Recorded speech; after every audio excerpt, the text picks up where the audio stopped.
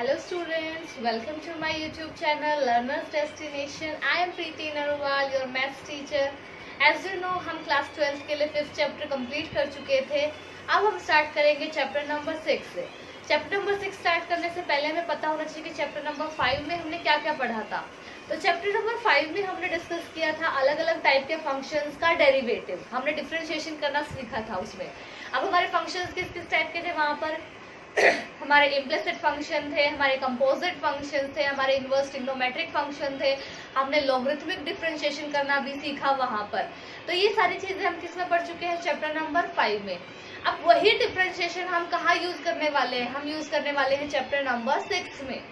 तो आज से हम स्टार्ट करेंगे चैप्टर नंबर 6. अगर आप चैनल पर नए हैं तो चैनल को सब्सक्राइब कीजिए, बेल आइकन को दबाइए सो दैट आपको टाइम टू टाइम ऐसी वीडियोस की नोटिफिकेशन भी मिलती रहे. तो चलिए स्टार्ट करते हैं चैप्टर नंबर 6. चैप्टर 6 है हमारा एप्लीकेशन ऑफ डेरिवेटिव्स. डेरिवेटिव्स की एप्लीकेशन. एप्लीकेशन का मतलब होता है कि कहाँ हम उस चीज को प्रैक्टिकली यूज कर सकते हैं. प्रैक्टिकल इम्प्लीकेशन क्या है उस चीज की, वही होती है उस पर्टिकुलर चीज की एप्लीकेशन.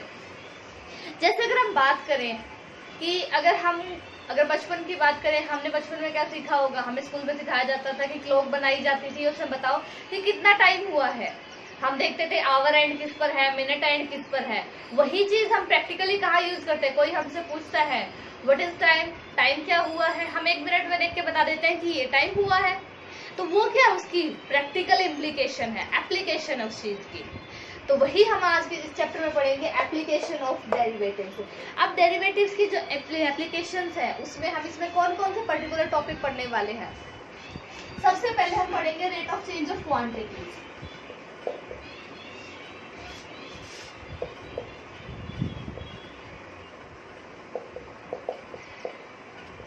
पहला टॉपिक होगा हमारा ये. दूसरा फिर होगा हमारा इंक्रीजिंग एंड डिक्रीजिंग फंक्शन.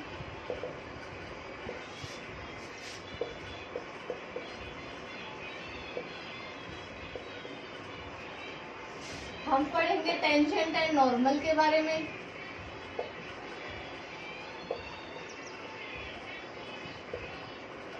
फिर उसके बाद हम पढ़ेंगे मैक्सिमा एंड मिनिमा के बारे में.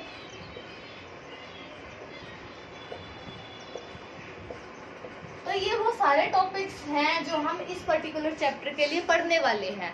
लेकिन सबसे इम्पोर्टेंट चीज क्या है कि ये जो पर्टिकुलर चैप्टर है ये आपके board exam point of view से क्या है, बहुत इंपॉर्टेंट है. ये चैप्टर आपके लिए मोस्ट इम्पोर्टेंट है. इसमें से क्वेश्चन पूछा जाता है.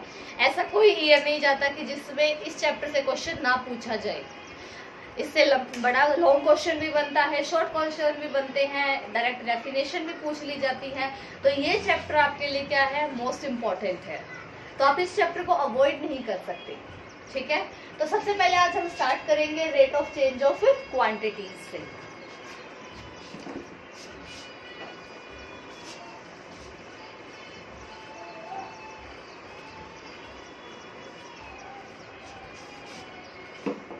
Rate of change of quantities की अगर हम बात करना चाहे, क्या मतलब है इस चीज का? Rate of change. अगर आपको जो डिफरेंशिएशन की डेफिनेशन अगर अच्छे से याद है, मान लीजिए मैं लिखती हूँ फंक्शन हमारा y है जो कुछ इस तरीके से रिप्रेजेंट किया गया है, y is equals to fx. ये हमारा फंक्शन है. अगर मैं इसको डिफरेंशिएट करती हूँ इस y को x के रिस्पेक्ट में, तो ये क्या बनेगा? dy by dx. और यहाँ इस फंक्शन का डिफरेंशिएशन हो जाएगा तो ये क्या होगा? f dash x. यही होता है हमारा डिफरेंशिएशन. इसी चीज को इसका मतलब क्या हुआ कि x को चेंज करने पर y में क्या चेंज हो रहा है. यही मतलब होता है डेरिवेटिव का, चेंज. कि क्या चेंज आएगा उसमें. तो dy बाई dx का मतलब होता है रेट ऑफ चेंज. क्या मतलब होता है? Rate of change. कि x के रिस्पेक्ट में, कि जैसे जैसे हम x को चेंज करते जाएंगे क्या चेंजेस हमें y में देखने को मिलेंगे. यही होता है हमारा रेट ऑफ चेंज. मान लीजिए s है हमारा, ये किसका फंक्शन है? हमारा t का फंक्शन. और s हमने मान लिया डिस्टेंस है. ठीक है. आप जैसे जैसे डिस्टेंस ट्रेवल कर रहे हैं कुछ टाइम बढ़ रहा होगा. तो इस टाइम के रिगार्डिंग इस डिस्टेंस में क्या चेंज हो रहा है? मान लीजिए इसको मैं ds बाई dt लिखती हूँ. ये अगर मैं लिखूंगी तो इसका मतलब ये हुआ कि जैसे जैसे टाइम बदल रहा है वैसे वैसे उस डिस्टेंस में क्या चेंजेस आ रहे हैं। तो इसका मतलब rate of change of distance with respect to time, और यही होता है rate of change of quantities. अगर इसकी डेफिनेशन की बात करें तो क्या मतलब होता है, what will be the change in y when x will be changed, कि हमें इस y में क्या चेंजेस देखने को मिलेंगे जैसे जैसे हम इस x को चेंज करेंगे। यही होता है rate of change of quantity. That means y quantity में क्या चेंज होगा x क्वांटिटी को चेंज करने के बाद। ये डेफिनेशन हुई rate of change of quantities की। अब एक चीज और आती है, जब हम डिफरेंशिएशन करते हैं तो आपने देखा होगा कि कई बार हमारा डेरिवेटिव पॉजिटिव आता है, कई बार डेरिवेटिव नेगेटिव भी आता है। तो अगर उसको रेट ऑफ चेंज से अगर हम लिंक करना चाहे तो उसका मतलब क्या हुआ, देखिए अगर ये dy by dx आता है पॉजिटिव, तो इसका मतलब ये हुआ कि जैसे जैसे x इंक्रीज हो रहा है y भी इंक्रीज हो रहा है। मतलब x इंक्रीज क्या इंप्लाई कर रहा है, y also increase. That means जैसे जैसे x में चेंज होता जाएगा वैसे वैसे y भी बदलता जाएगा, और वो चेंज कैसा होगा, पॉजिटिव चेंज होगा। जैसे मान लीजिए आपने बैलून में हवा भरनी स्टार्ट की, तो जैसे जैसे आप टाइम बढ़ा रहे हो उसमें हवा भरती जा रही है, तो दोनों चीजें, आपका टाइम भी बढ़ रहा है और उसके अंदर जो बैलून के अंदर जो हवा है वो भी भर रही है। तो इसका मतलब x इंक्रीज कर रहा है तो y भी इंक्रीज करेगा। ठीक है।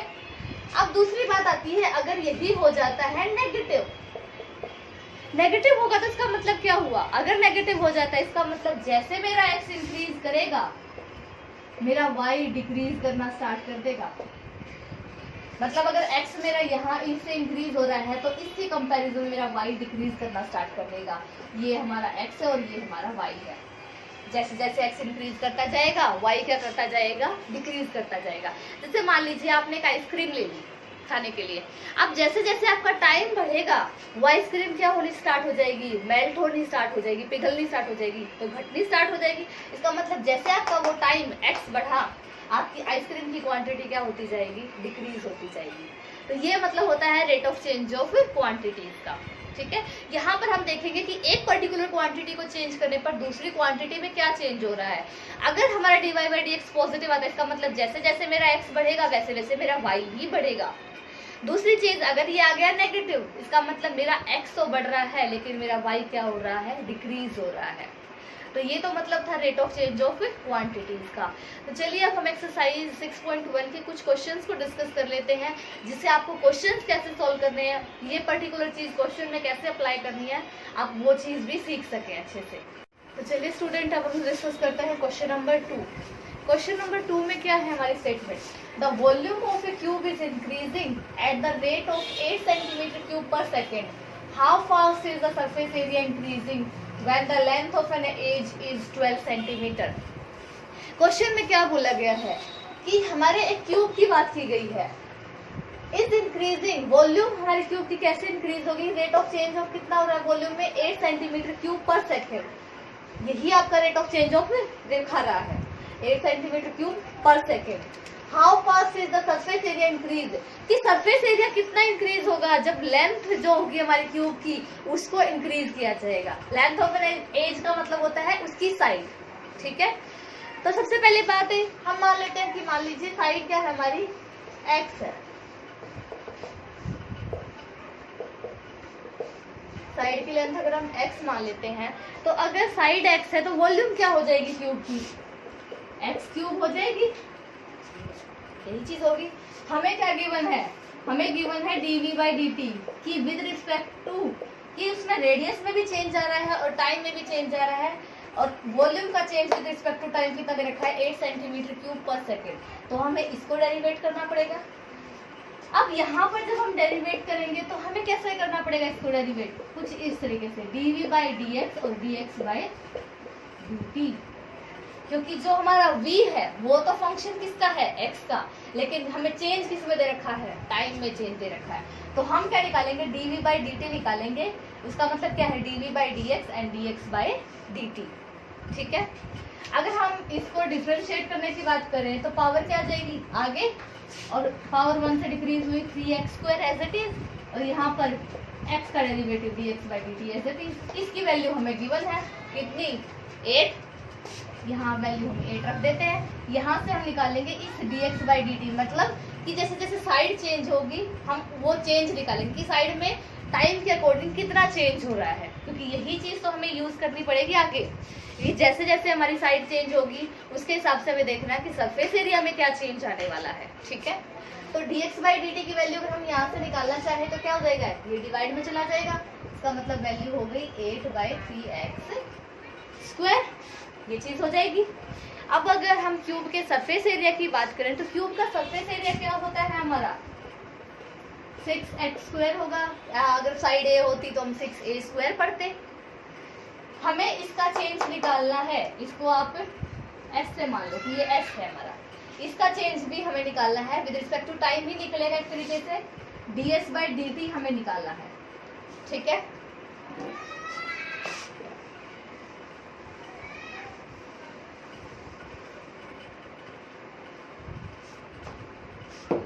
तो जैसे ही हम ds बाई dt निकालेंगे, अगेन क्या निकलेगा हमारा ds by dx and into में dx बाई dt, ठीक है।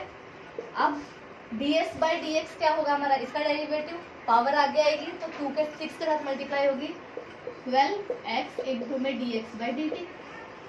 यहाँ हम dx बाई dt की जगह कौन सी वैल्यू रखेंगे, ये जो हमने निकाली थी यहाँ से, दैट मीन्स 12x इनटू में 8/3x²।